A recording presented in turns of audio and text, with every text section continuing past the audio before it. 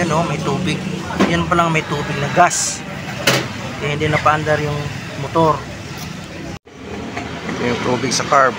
Kaya hindi naandar yung motor.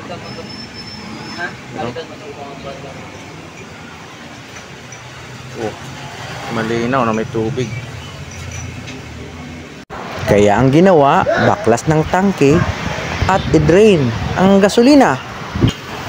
Kahit kailan hindi na ako magpapagas dyan sa phase 3 na yan. Ito yung gasolina na may tubig, halo.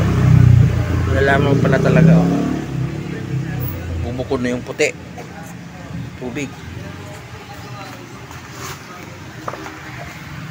Ayan oh, yung tubig yan oh.